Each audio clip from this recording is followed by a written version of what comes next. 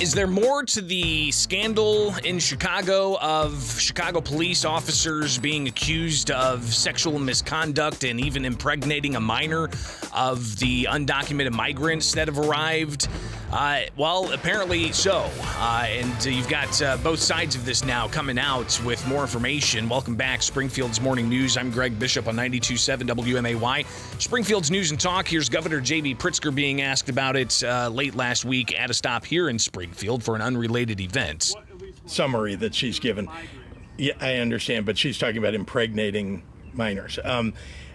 I don't know about a situation of like that. I know that there are allegations that there are police officers who've had relations with migrants who have been in police precincts. But again, I don't know the truth of it, or I know the allegations have been made. Obviously, it's horrific if people are being taken advantage of, and it's important that we recognize that more and more of the migrants are being removed from police precincts where they've been taking good care of those migrants, but being put into more permanent, or at least, more permanent shelter. And in fact, what we're trying to do is make sure that people get rental assistance so that they can go, have a real apartment to live in, especially families. So, it's a terrible thing, and I hope there's a full investigation as fast as possible. And if there is wrongdoing, they ought to be held accountable immediately. So again, Governor J.B. Pritzker talking about how he wants an investigation to be as swift as possible. But how do these investigations start? John Catanzara, the president of the Chicago Fraternal Order of Police, he took to YouTube on Friday and questioned the legitimacy of these allegations. There is no validity to the complaint. There is no basis or origin on where it originated from. We don't have a victim's name or anything, or victims repeatedly or multiple at this point. Who knows if it's even true? As I pointed out to some news media earlier, I could make that same complaint against the superintendent, first deputy, chief of patrol. I can go on down the line, all 12,000 plus members of this department. I could make that same allegation that they did the same thing right now, because of the ridiculous Safety Act and the provision that eliminated the signed affidavit, making someone attest and swear that the complaint they are making is valid. That requirement is gone. So who knows where this complaint even originated from? But to think that there is not police-hating groups that would go to any length to start this kind of nonsense because they know the media will pick it up because it's such a sensationalized story. Your head's in the sand if you really think that that's not a possibility. And the sad part is, quite like many other cases where people were villainized real quickly, to circulate officers' names and take a chance at not only ruining their professional career, but their personal life is inexcusable. And if that happens, we will be right there in lockstep with those officers, holding those people accountable in the same civil court that our officers found themselves as defendants in. So again, that's John Catanzara saying that it's because of the Safety Act, where it took away the signed affidavits that people have to make when they file a complaint against a police officer. He says that's probably why we don't have enough information about this, but yet it's splashed into the media as a scandal. So rather fascinating. We'll actually get into more of this coming up here with Springfield's Morning News on 92.7 WMAY. Springfield's News and Talk. William J. Kelly will join me next year with WMAY to talk further about this issue and more. So stay tuned. It's on the way. All right. So last segment, we were getting a reaction from Governor J.B. Pritzker and the Chicago Fraternal Order of Police President John Catanzara about the allegations against some Chicago police officers alleging sexual misconduct involving undocumented migrants that have been staying at police stations in Chicago. And you have the governor saying that there needs to be a thorough investigation. Even Chicago Mayor Brandon Johnson saying there needs to be a thorough investigation.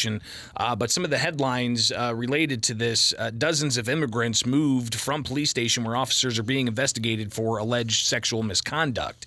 But what you have is questions about the allegations themselves. and whether or not these allegations were filed without signed affidavits, meaning anonymously.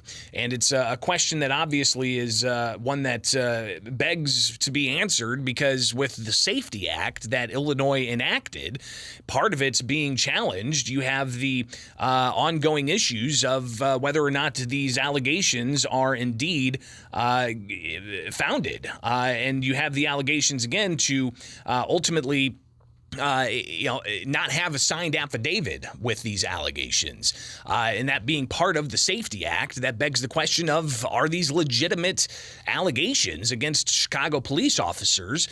John Catanzara on Friday saying that the Safety Act allows for these types of allegations to be filed, and it could be out of spite. It could be somebody who's disgruntled, wanting to make Chicago police look bad, and Catanzara saying that media loves these types of stories, these scandalous stories, and they'll continue to report on these. But he questions whether or not these are legitimate allegations. Let's now talk with William J. Kelly as we check in again week after week with what's going on the streets there.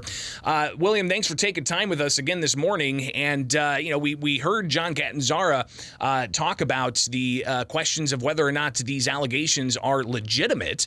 What are you hearing there when it comes to how this is being reported by Chicago media? And do you feel that maybe there's some legitimacy to Catanzara saying the Safety Act not really allowing for people to have their name associated with these types of allegations? Good morning. Good morning, and Greg, God bless you. As a lifelong, not only as a reporter, but as a lifelong Chicagoan, this breaks my heart. I grew up in a cop neighborhood on the south side of Chicago. If you'd have told me I would be reporting on a story of a police officer accused of impregnating a migrant in the lobby of a police station, I would have asked, what country is this? I'm not sure. I does not compute, right? This is a failure, a breakdown across the board of leadership in Chicago, in Illinois, and in our country, Greg. Normally, as you know, we talk about the 30, 40, 80 shootings, the good old, dozen plus fatalities out of Chicago, depending on who's, high or low, depending on whose holiday we're celebrating or who's, how the weather report went, right? Now we're talking about 20 plus armed robberies in Lincoln Park on a Sunday morning of women walking their dog or going to get coffee, right? No arrests, nothing. Okay. And now this, Greg, they're enough is enough. As I posted 50 billion times on my Facebook page over the course of the last year or two. Okay. Enough is enough. This is something has to give.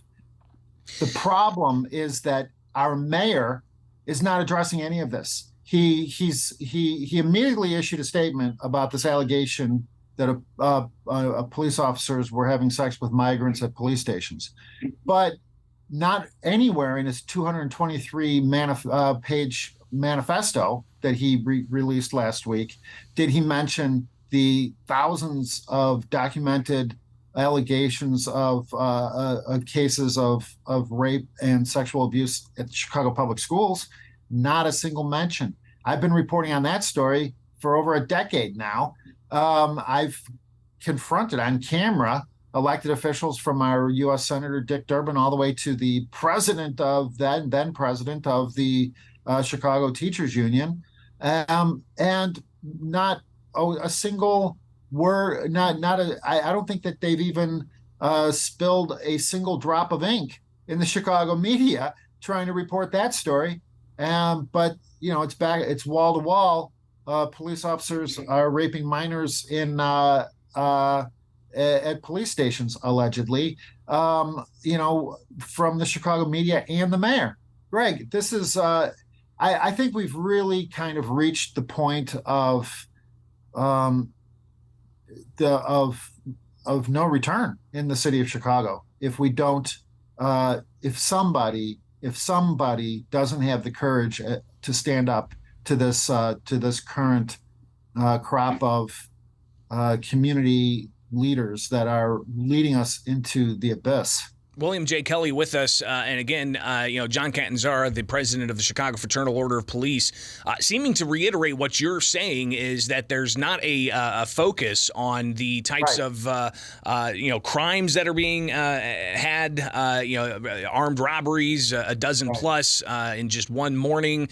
You've got the continued stories week after week of violence in Chicago and murders in Chicago, and even the sexual misconduct within Chicago public schools. While that's been reported for years, you don't see that splashed on the page of the front page of the Chicago Tribune or the Sun-Times. But when it comes to this issue of what could be anonymous complaints of Chicago police sexual misconduct with migrants, that seems to get not just Chicago headlines. We talked about it on Friday when we first saw the headlines, and it's made national news now. So you feel that the other crimes that are being committed clearly on the streets with victims that are coming forward, those are getting second shrift to these what could be anonymous allegations? I've always said, I think you can even trace this back to Seneca or somebody obviously brilliant, Marcus Aurelius perhaps. Don't listen to what politicians say, watch what they do. Well, sadly, in the case of Mayor Johnson, he's doing nothing. Okay. He just issued this 223-page report of what he plans to do as mayor. I actually tried to read it. It reads like the Communist Manifesto. Okay. He wants to defund the police. He wants to transfer this money to build a monument to commemorate police torture. Okay. Not anything, not a word about the victims of violent crime, not a word. but he wants to spend millions of dollars building a monument to the victims of police torture.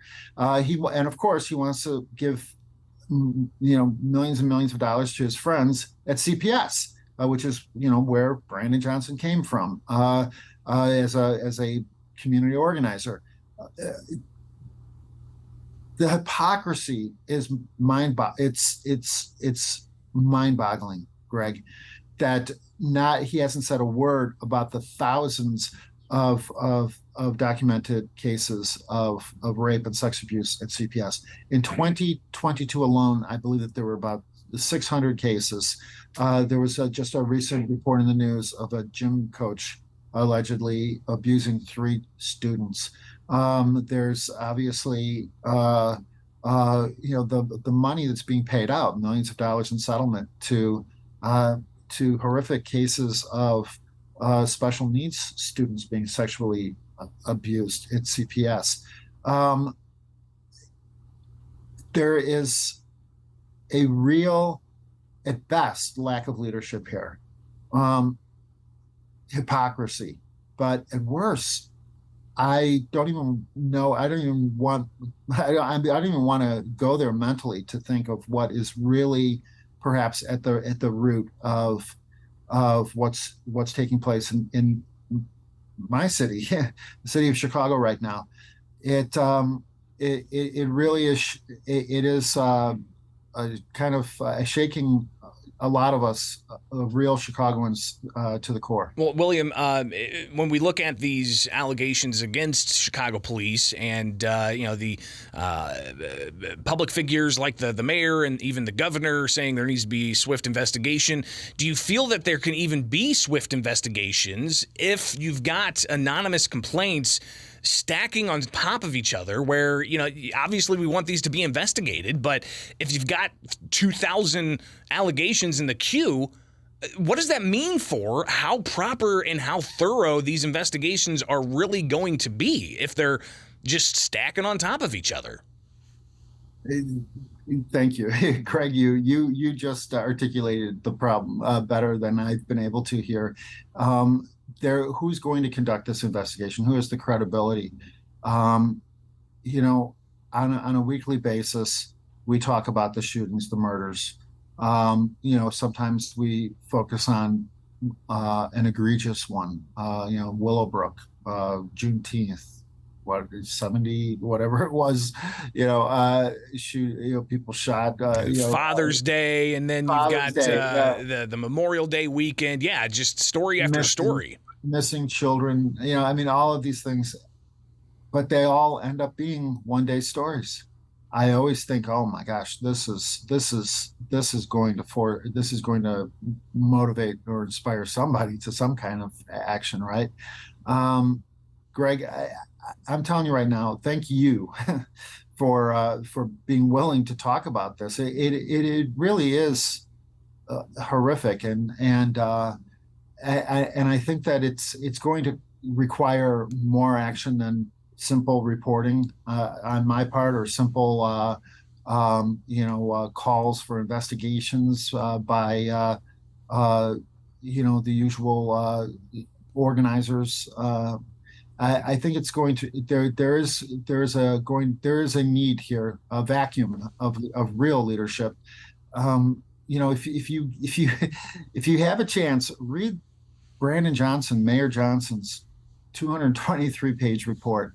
It is such a hodgepodge of progressive, socialist, and communist, really, cliches, with zero, with a lot of misspellings, by the way. That was the other thing that I couldn't believe. As the son of 2 Chicago Public School employees, both my parents were teachers at CPS, okay? Different time, very different time, okay? But I will say this, the misspellings in the report, I was raised to feel like I couldn't, if I forgot to cross a T or dot an I, that all credibility is lost, right, Craig? You know this, and here we have CPI. Here we have thousands of documented cases of rape and sex abuse that are going unaddressed. This should be front page news, local, state, national. And Greg, you are the only one who is giving it the proper due that it deserves. God bless you, brother. Well, and all I'm doing is just sharing comments from the leaders, from the governor down to John Catanzara, the Chicago Fraternal Order of Police, raising questions about these allegations of sexual misconduct against Chicago police officers, and whether or not we're actually going to see a thorough investigation if you've got anonymous complaints stacking up on top of each other within the Chicago Police Department. William J. Kelly, always appreciate your time. We'll definitely connect again in the near future, all right? God bless you. Thank you, brother. It is Springfield's Morning News on 92.7 WMAY, Springfield's news and